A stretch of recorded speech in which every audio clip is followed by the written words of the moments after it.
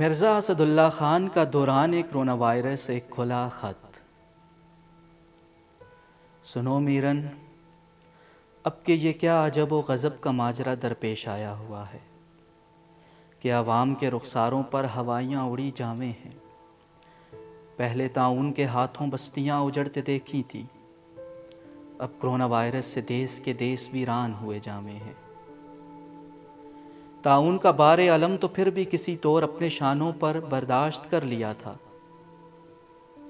مگر یہ corona virus کا بار جدید فی الوقت اس بڑھاپے پہ نہ اٹھے ہے ہم سے۔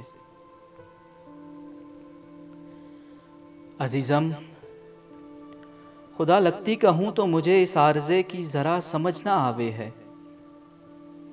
تم ہی کہو، بلی، کتے، سور، سانپ اور گدھے تو دیار چین والے کھاویں اور ڈھکار بھی نہ مارے ہیں، اور ہاتھ ہم رگڑ رگڑ کے دھویں۔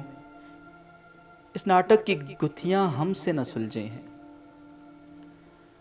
سنا ہے تمام دیار کی سرکاروں نے یہ فرمان جدیدہ جاری فرمایا ہے کہ شہر پناہ کے تمام در بند کر دیے جاویں کہ نہ کوئی اندر آوے اور نہ باہر جاوے۔ سلسلہ ہوا بازی پر بھی سکوت چھا گیا ہے۔ تم ہی کہو، یہ معاملات قید و قفس اور چھوت چھات کا عارضہ اس قدر طویل تر ہو جاوے گا، گمان میں نہ تھا۔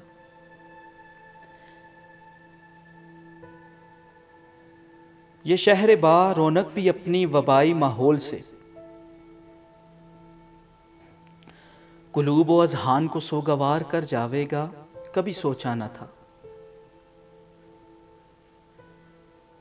طبیبوں کا فرمان طبیبی بھی ظاہر ہوا ہے کہ چہرے پر غلاف ہر ساعت جمع رہے، اور شاہی فرمان بھی جاری ہوا ہے کہ چہار بندہ ایک جگہ پر ایستادہ نہ ہوں، بصورت دیگر قانونی گرفت میں آ جاویں گے۔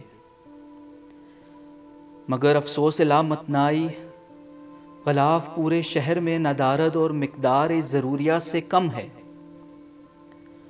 مزید برآں یہ کہ آلہ تشخیص کرونا پورے دیار میں ناپید ہے، جس کی پیداوار اور ترسیل اگلے کئی روز تک ممکنات میں نہیں ہے۔